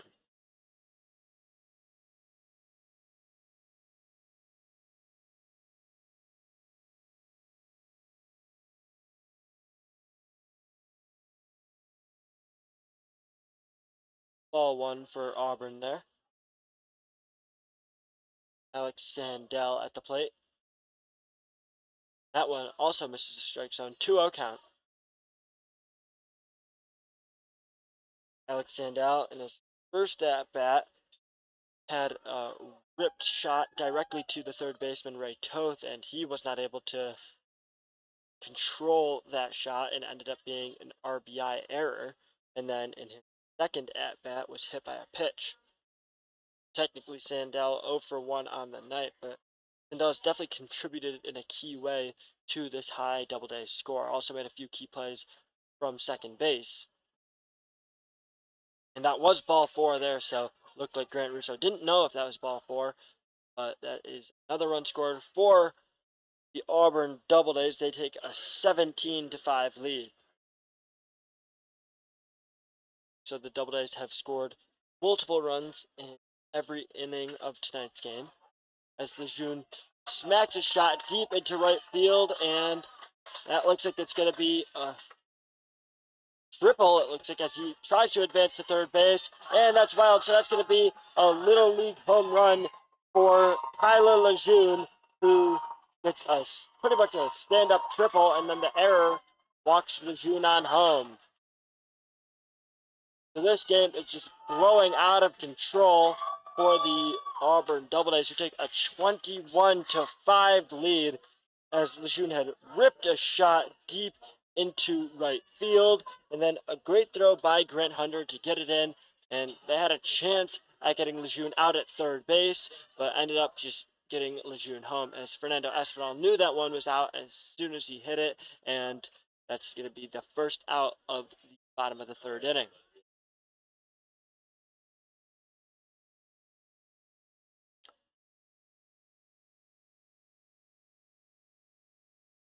Now, after that flyout, we'll have Ryan Grundy step up to the plate.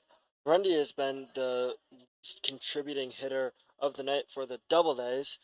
Hit by pitch in his first at bat, and then popped out and flied out in his next two.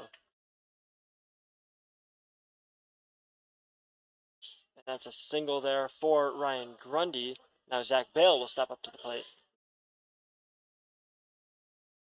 Doubledays just racking up hits here. Only up 7-3 in the hit column, but up 21-5 in the runs column. That first pitch taken for a strike by Zach Bale. Probably a relief for Russo to see Zach Bale, but he has the biggest strike zone out of anyone on the Doubledays. Standing at a whopping 6'6", weighing 225 pounds. That's Zach Bale, who pops it up to the third baseman, and that's going to be Ray Toth, securing the third out of the inning with that snag. Second out of the inning. Excuse me. So now Gabe Sanders will step up to the plate.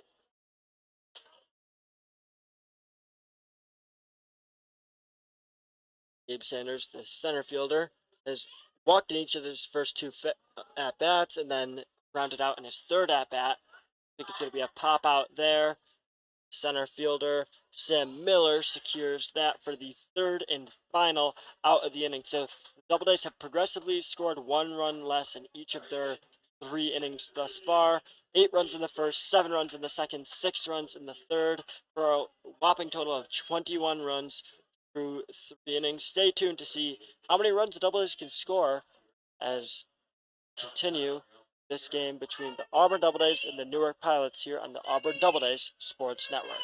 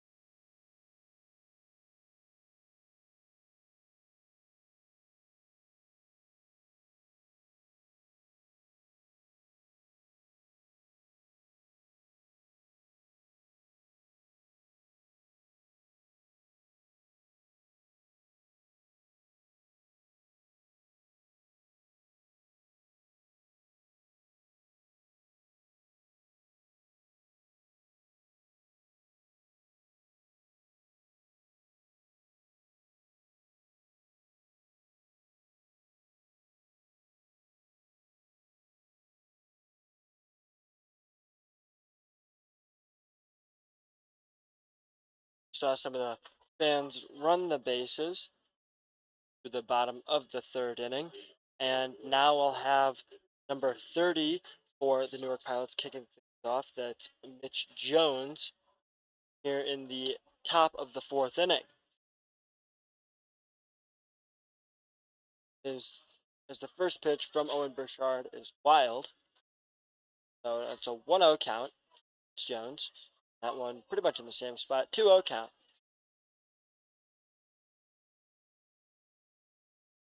Doubledays averaging 7 runs per inning, 21 through innings. Burchard with straight balls to kick things off here for the Doubledays. And just make it a quick 4. So 4 pitches and a walk for Mitch Jones, who struck out looking in his first at bat. Now Joey Naraki steps up to the plate. He flied out in his first at bat. Naraki with good bat speed, but generally has not been able to make too much contact. And if he does make contact, it's generally not solid contact. See, he has 0 extra base hits on the season. Yeah, it's tough to get extra base hits when you can't even get normal hits. Just a 114 batting average on the campaign for the catcher Naraki.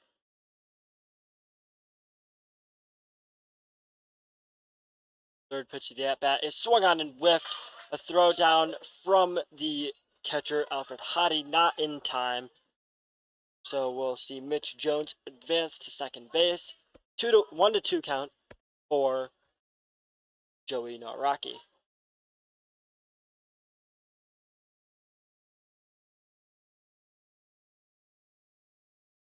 Two count.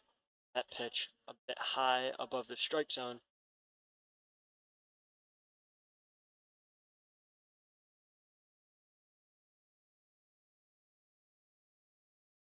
As that one swung on and whiffed by Joey Naraki for second strikeout of the night for Owen Burchard. It's his first swinging strikeout. The one before that was a looking K for Mitch Jones. Now the lineup will flip back over to the top of the lineup, and we'll see Grant Russo at the plate. First, the extra hitter. Now the pitcher, Grant Russo, who is 0 for 1 on the night, grounded out in his first at-bat, walked in the second. 2-0 count to Russo.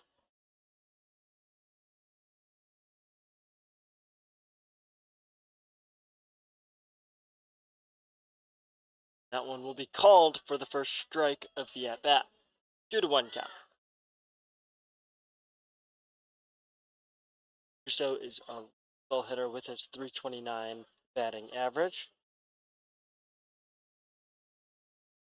Other stats really just expound upon his lethal hitting abilities even more. 24 hits on the season, 26 runs scored, 5 doubles, but no hits further than a double, so no triples, no home runs. But he is a very solid hitter just in terms of getting on base. Also has 18 walks on the season, so he's a disciplined hitter compared to just 13 strikeouts. That one cracked over to Alex Sandell. Sandell scoops it up and tosses it over to Zach Bale for the first out of the inning. Second out.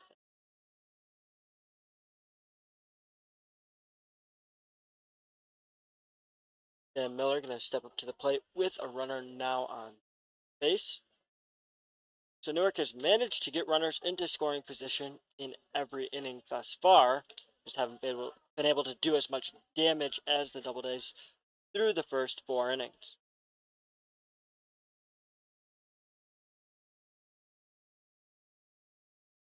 Auburn ahead by 16 runs. Got 21 total compared to Newark's 5.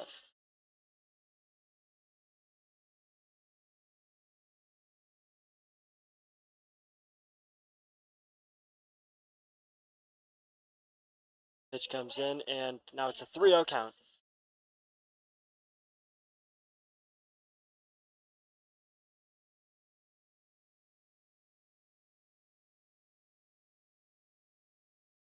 And that one also, oh no, it does find the strike zone for the first strike of the at-bat. 3-1 count. 2 outs on the board. which was 73 miles per hour, the breaking ball from Burchard. And that one, he gets a huge swing attempt from Sam Miller and has zero contact there. So 3-2 count. It is full for the freshman Miller. That one, another huge swing and a miss from Sam Miller, and that swinging strikeout, his second of the inning, will retire the Newark Pilots. Will head into the bottom of the fourth. The Doubledays holding on to a 16-run lead, 21-5. Stay tuned for more Auburn Doubledays baseball.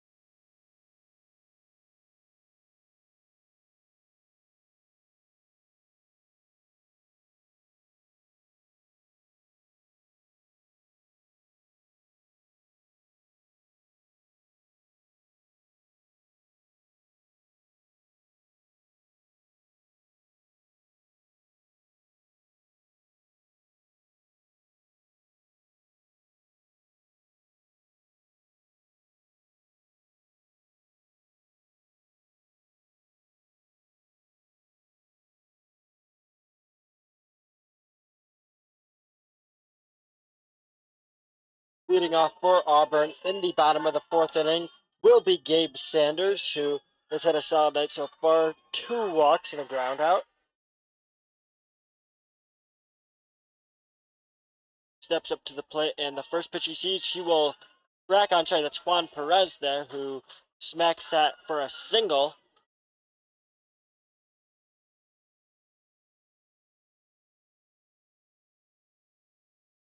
After that single by Juan Perez, we'll see Ethan Fulton stepping up to the plate.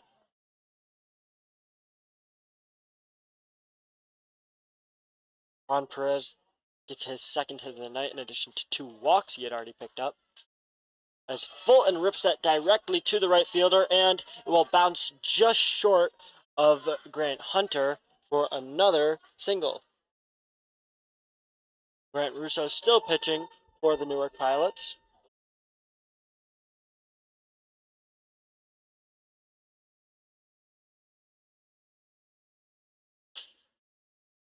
Adam Sullivan steps up to the plate, and another first pitch swing as he pops it up to the shortstop, Jack Stead, for the first out of the bottom of the fourth inning.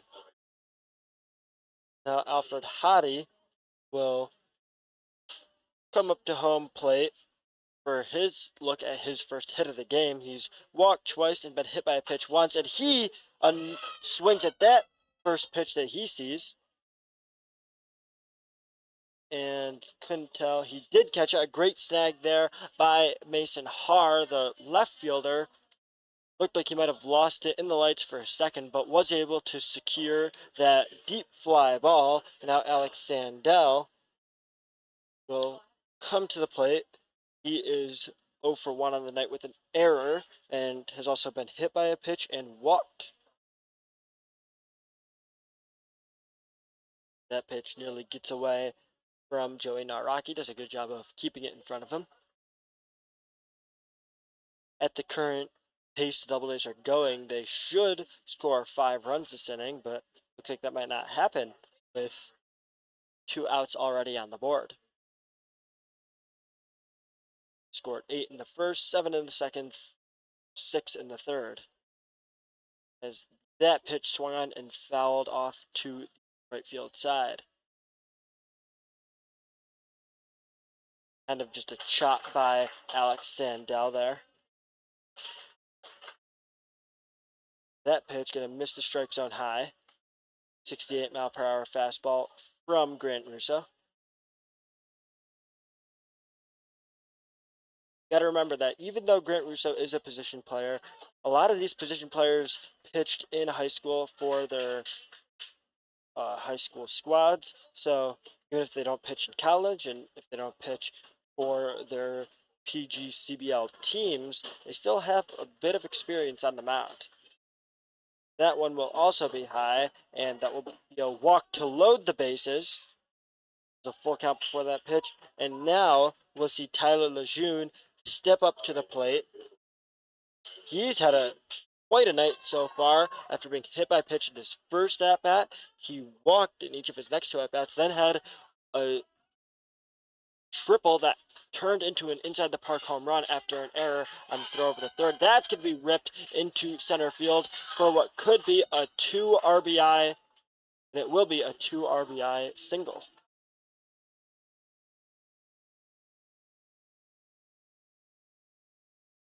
So Tyler Lejeune getting a lot of runs scored here as Fernando Espinal steps up to the plate. Espinal 1 for 4 on the night, but he had a key play in the second inning in his second at bat to score 2 runs as he grounds out, and that will retire the Doubledays as they only score 2 runs in the fourth inning. So it's 23-5 as we head into the top of the fifth inning. Stay tuned for more Auburn Doubledays baseball.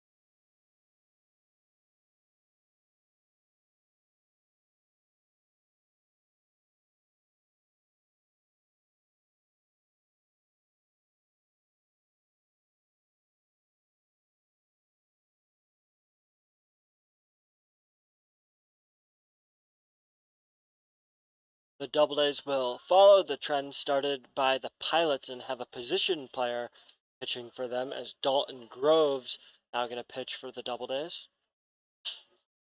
As that shot is ripped by number 16 into right field for a double and was safe. He did not, the throw did not get there in time. Sam Terry gets his first hit of the night with a double on the first pitch that he sees. Mason Haar steps up to the plate now. He's 1 for 2 on the night, singled in his last at bat. So not a great start there for Dalton Groves. 1 pitch gives up 1 hit.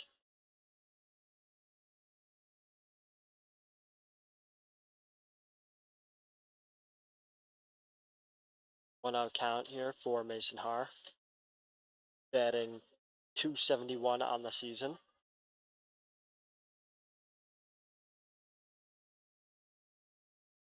That'll make it 1-1 count.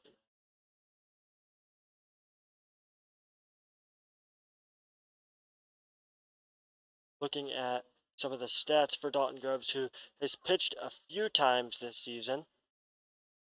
He's actually pitched one game before and has a 0.00 ERA, so he's done a solid job in the time that he's been out here before. Also pitched a few times in exhibition games. Obviously, those don't count towards his official season stats. Groves is clearly an experienced pitcher. He knows what he's doing, even though his primary position is a catcher. So Groves throwing to Hottie, one of the other catchers on this Doubledays roster. Really, the three catchers on this Doubledays are Groves, Hottie, and Logan Scully. They kind of cycle through those three. That one going to get away from Hottie, and that will allow Sam Terry to jog on over to third base off of the wild pitch. More of a passed ball almost. Full count for Groves against Mason Haar. Still 0 outs on the board. Newark was unable to score in the fourth inning. First time they were unable to do so since the first. As that one grounded over to Adam Sullivan. Sullivan with a great play there to nab Mason Haar out at first base, but that will score a run. So now with 1 out on the board, the Doubledays with a 17-run lead. That's the 6th run of the night for the Pilots, and Sean McMillan now steps up to the plate. McMillan has flied out in both of his first 2 at-bats. Falls behind in the count early, 0-1. Doubledays have finally reached the double digits in terms of the hits column. They have 10 hits on the night. Newark with just 4 hits, but it's led to 6 runs.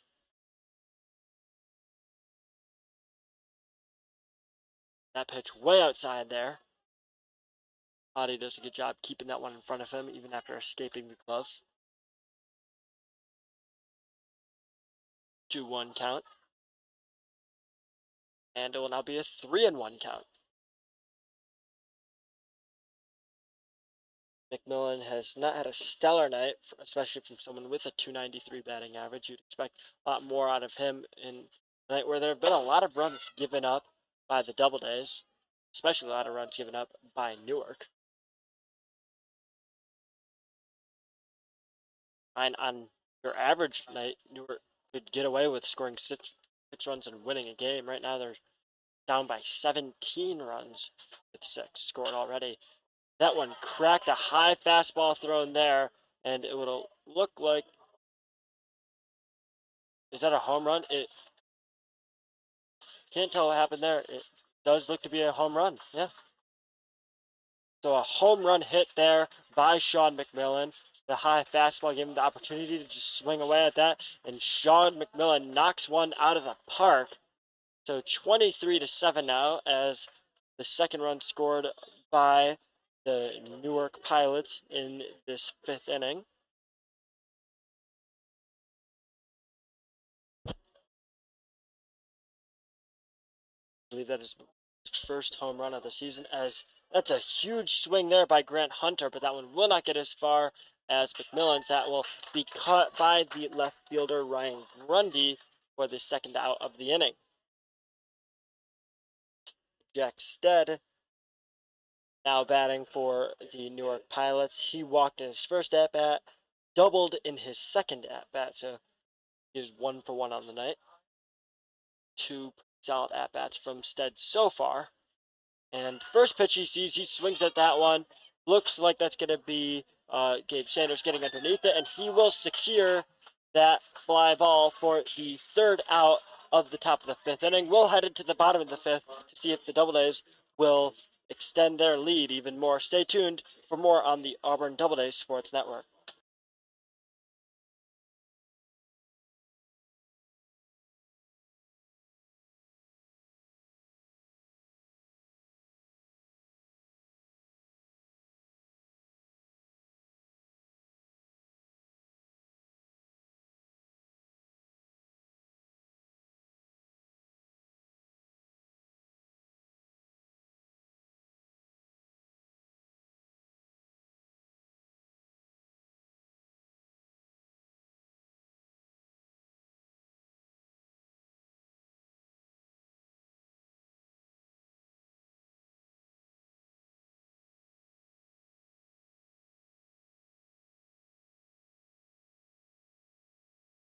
And that will be the end of the game here for the Auburn Doubledays. So looks like that one will end after just 5 innings after originally it being said that it'll go to 7 innings. It's just going to go through 5 innings. So the Auburn Doubledays win this one 23-7 over the Newark Pilots. The PGCBL Mercy Rule states that after 5 innings, if the home team is up by 10 or more runs, then the game will be over. So a great win for Auburn here to advance to 24-17-1 on the season. They extend their lead over Elmira for second place in the division, which is important as they vie for playoff positioning. Seeding is incredibly important in their overall playoff hunt and how the playoffs are set up. So that's a huge win here for the Auburn Doubledays. For the Pilots, not so good as they drop further behind the Geneva Red Wings in this game that really turned into a football score, 23-7, something you don't often see out of a baseball game, especially not a PGCBL game where, well, they do get high scoring. Sometimes you generally don't see it get past 12-10, maybe at most, but 30 total runs scored here through just 4.5 innings. A crazy high scoring game here. Now, the Doubledays do have another game tomorrow, their last regular season game of the year that will be taking place here in Falcon Park against Niagara Falls. That one will be played at 5:05 p.m. Not your normal 7:05 start time, a 5:05 p.m. start time. Again, that is tomorrow on Sunday, July 28th, for the final Auburn Doubledays game of the season. We'll have a little bit of fireworks here later tonight, but overall, just a great win for the Doubledays, who put up some fireworks of their own at the plate. Really starring for the Doubledays.